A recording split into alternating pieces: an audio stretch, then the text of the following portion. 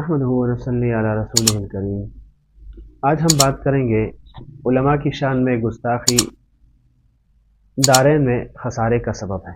मुहतरम सामीन, social media ने जहाँ बहुत से मामलात सुलझाए हैं और आसानियाँ पैदा की हैं, वही बहुत से सारे मसाइल और मुश्किलात भी खड़ी कर दी हैं। उन मसाइल और मुश्किलात में सरफहरस्त हर एरे गैरे नतु खैरे का बग़ैर सोचे समझे और बग़ैर इल्म के मोबाइल के पेड़ पर उंगलियां दौड़ाना शुरू कर देना, और उनसे बड़े मुजरिम वो है जो हर रतब और याबिस, हर खुश्क और तर चीज़ को तहरीरों की ख़तरनाकी और उनका जहरीलापन समझे बग़ैर धड़ाधड़ शेयर करना शुरू कर देते हैं। ऐसे अफराद में पढ़े लिखे, जाहिल और हर सियासी जमात से ताल्लुक़ रखने वाले मौजूद हैं, जो शरई अहकामात को इस बुरी तरह नज़रअंदाज करके मनमानी कर रहे हैं कि उनकी हरकतों को देखकर दिल खून के आंसू रो रहा है। और आजकल तो सोशल मीडिया गैर मुतबर ख़बरों, ज़ातियात पर कीचड़ उछालने वाले मज़ामीन और तबसरे, शरीयत के बजाय असबाब को इख्तियार करने पर ज़ोर देने वाली तहरीरों और उलमाए किराम पर तान और तशनी पर मुश्तमिल तरसीलात से भरा हुआ है, जबकि उलमाए किराम का मकाम और मर्तबा बहुत बुलंद है और बरोज़ हशर उनके दरजात बहुत आला और अरफा होंगे। कुरान करीम और अहादीस मुबारका में कसरत से उनके फ़ज़ाइल बयान किए गए हैं। एक जगह में कुरान मजीद में अल्लाह ताला इरशाद फरमाते हैं, यरफ़अल्लाहुल्लज़ीना आमनू मिनकुम वल्लज़ीना ऊतुल इल्म दरजात वल्लाहु बिमा तअमलून ख़बीर। इसका तर्जुमा ये है कि अल्लाह ताला तुम में से उन लोगों के जो ईमान रखने वाले हैं और जिनको इल्म बख्शा गया है दर्जे बुलंद फरमाएगा। सूरह मुजादिला की आयत नंबर 11 है। इसी तरह दूसरी जगह पर अल्लाह ताला फरमाते हैं, इन्नमा यख्शल्लाह मिन इबादिहिल उलमा। इसका तर्जुमा ये है कि उसके बंदों में से वही डरते हैं जो इल्म रखने वाले हैं। सूरह फातिर की आयत नंबर 28 है। एक जगह अल्लाह ताला ने बबांग दहल कुरान मजीद में ये वजाहत फरमा दी है कि आलिम और जाहिल बहर सूरत बराबर नहीं हो सकते। जैसे कि इरशाद है, कुल हल यस्तविल्लज़ीना यअलमून वल्लज़ीना ला यअलमून इन्नमा यतज़क्करु उलुल अलबाब। जिसका तर्जुमा ये है कि ए नबी, आप कह दीजिए कि क्या इल्म वाले और बे इल्म बराबर हो सकते हैं। सूरह ज़ुमर की आयत नंबर 9 है।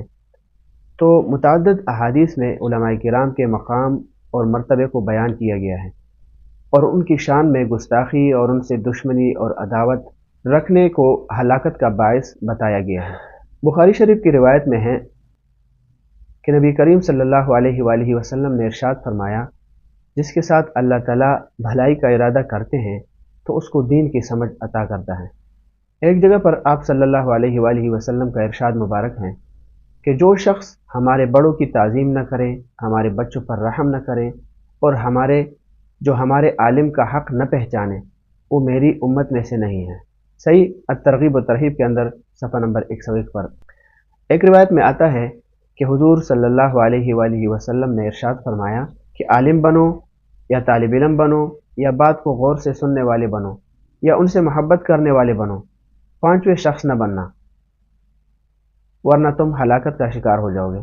शुअबुल ईमान लिल बैहक़ी और हदीस का रकम है 1709। हदीस शरीफ में पांचवें किस्म से होने से जो मना किया गया है तो वो उलमाए दीन से बुग़्ज़ और अदावत रखने वाले लोगों की कसम है। तो मज़कूरा आयात और अहादीस से ये बात बिल्कुल वाज़ेह हो जाती है कि उलमाए किराम की इज़्ज़त और एहतराम हम सब पर लाजिम और ज़रूरी है और उनके शान में गुस्ताखी दुनिया और आखिरत में खसारे का सबब है। लेकिन दिन ब दिन और गुज़रते वक़्त के साथ ये मुशाहिदा हो रहा है कि अवामुन्नास के दिलों में उलमाए किराम की क़द्र व मंज़िलत में कमी आ रही है। बल्कि ये कहा जाए तो गलत नहीं होगा कि उलमाए किराम के तय बाज़ हज़रात बुग़्ज़ और इनाद का शिकार हैं। सिर्फ़ उलमा के नाम से ही नफ़रत करते हैं। उनको नीचा दिखाना उनका असल मकसद होता है, ज़िंदगी का बनाया होता है, जिसकी मुतअद्दिद वजूहात हैं। एक वजह उम्मत का मुख्तलिफ़ फ़िरक़ों में बढ़ जाना है कि जो आलिम हमारे मौक़िफ़ के मुताबिक चल रहा हो वो तो हमारे लिए बाइज़्ज़त और मुकर्रम है, और जो हमारे मौक़िफ़ से हट जाए वो ताज़ीम के लायक नहीं है। उलमा को लायक ताज़ीम न समझने की एक वजह इलाक़ाई तअस्सुब भी होता है। इसी तरह एक अहम वजह उलमाए किराम का अमली सियासत में हिस्सा लेना भी है कि अगर कोई आलिम दीन अमली सियासत में हिस्सा ले ले یا اس کے تعلقات سیاسی افراد سے ہوں تو دیگر پارٹیوں کے افراد اب اس عالم کی عزت کو اپنے لیے حلال سمجھنے لگتے ہیں اور اس عالم کی عزت کو سر عام اچالا جاتا ہے اور اسے حق گوئی اور بے باکی سمجھا جاتا ہے، جیسے کہ آج کل ہو رہا ہے۔ محترم سامعین، یہاں ایک بات طرح سمجھ لینے کی ہے کہ علماء کرام کے مابین خالص علمی اختلاف شروع سے رہا ہے۔ امام یوسف رحمۃ اللہ علیہ، امام محمد رحمۃ اللہ علیہ کو دنیا اور امام ابو حنیفہ رحمۃ اللہ علیہ کے شاگردوں کے نام سے جانتی ہے، جبکہ ان دونوں ائمہ نے اپنے استاد سے 2/3 مسائل میں اختلاف کیا ہے۔ مطلب یہ ہے کہ اگر انہوں نے امام صاحب سے 30 مسائل سیکھے ہیں تو ان میں سے 20 مسائل میں ان کا آپس میں اختلاف ہے۔ کیا انہیں کوئی امام ابو حنیفہ رحمۃ اللہ علیہ کا مخالف کہتا ہے؟ بلکہ ہر کوئی انہیں امام صاحب کا شاگرد ہی سمجھتے ہیں، جبکہ ہمارے یہاں علماء کے مابین کسی علمی مسئلے پر اس میں اختلاف ظاہر ہو تو عوام اسے یہ سمجھ لیتے ہیں کہ دونوں ایک دوسرے کے دشمن ہیں اور یہ آپس میں ایک دوسرے سے بغض اور عداوت رکھتے ہیں، جبکہ ایسا بالکل نہیں ہے۔ لہٰذا موجودہ دور میں جب بھی علماء کرام کے درمیان کسی شرعی مسئلے میں اختلاف نظر آئے تو عوام کے لیے حکم یہ ہے کہ نفسانی خواہش اور شخصیت پرستی سے پرے ہو کر دلائل کو پیش نظر رکھتے ہوئے کسی ایک موقف پر عمل کر سکتے ہیں، لیکن عوام کا اس اختلاف پر تبصرہ کرنا اور دونوں میں سے کسی ایک کو یا دونوں کو مطعون کرنا، ان کے اوپر طعن و تشنیع کرنا، ان پر طنز کرنا، ان کی عزت نفس کو مجروح کرنا ناجائز اور حرام کام ہے۔ لہٰذا جن لوگوں نے بھی علماء کرام کی یا کسی بھی عالم دین کی گستاخی پر مبنی تحریریں لکھی ہیں یا ویڈیو بنائی ہے یا اس میں گالی گلوچ کی ہے، جن لوگوں نے اسے پھیلایا ہے، جنہوں نے اس کے ساتھ مدد کی ہے یا جو اس کے لیے شائع ہونے کے ذریعے بنے ہیں اور ان کو سپورٹ کی ہے، تو نیز اس کے باوجود قدرت کے ایسی تحریروں پر کارروائی نہ کرنے والے گروپ ایڈمن میں بھی وہ بھی اس گناہ میں شامل ہوگا۔ اور اسی طرح چاہے سوشل میڈیا کا کوئی بھی پلیٹ فارم ہو، اس پر اس کو شیئر کرنا، اس کو دوسروں تک پہنچانا، وہ سارے لوگ اس گناہ میں اس کے ساتھ شامل ہوں گے، اور ان سب پر توبہ اور استغفار لازم ہے۔ جب تک یہ لوگ مذکورہ عالم دین سے عوامی سطح پر یا انفرادی طور پر معافی نہیں مانگ لیتے، دنیا اور آخرت میں اللہ تعالیٰ کی گرفت سے بچ نہیں سکتے۔ یہ میری بات یاد رکھو۔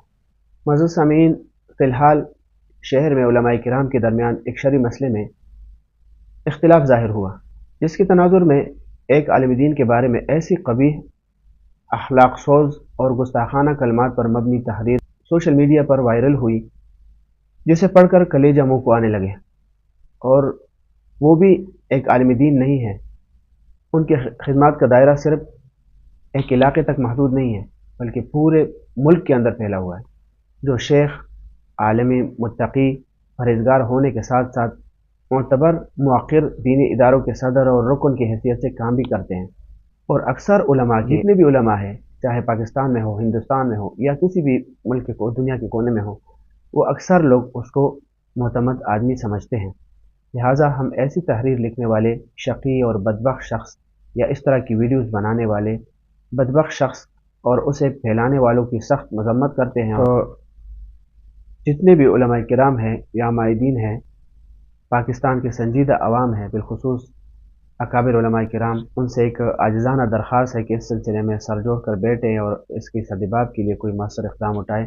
اگر ایسی غلیظ حرکتوں پر فوری روک نہیں لگائی گئی، مطلب یہ ہے کہ اس طرح کی چیزیں جو آج کل سوشل میڈیا پر وائرل ہو رہی ہے اور لوگ علماء کو گالیاں دیتے ہیں، ان کو برا بھلا کہتے ہیں، اگر اس کو نہیں روک دیا گیا تو یہ ان سب کے لیے ہلاکت اور تباہی کا ذریعہ بن سکتے ہیں۔ جیسے کہ ایک شعر میں آتا ہے، اے دوست بر جنازہ دشمن چبو گزری، شادی مکن کے پروا ہمیں ماجرا روت۔ اللہ تعالیٰ سے دعا ہے کہ ہمیں وارثین انبیاء کی قدردانی اور ان کی عزت اور اکرام کرنے کی توفیق عطا فرمائے، اختلاف کو اختلاف کی حد تک رکھنے اور اسے سمجھ کر عمل کرنے کی توفیق عطا فرمائے۔ وما علینا الا البلاغ۔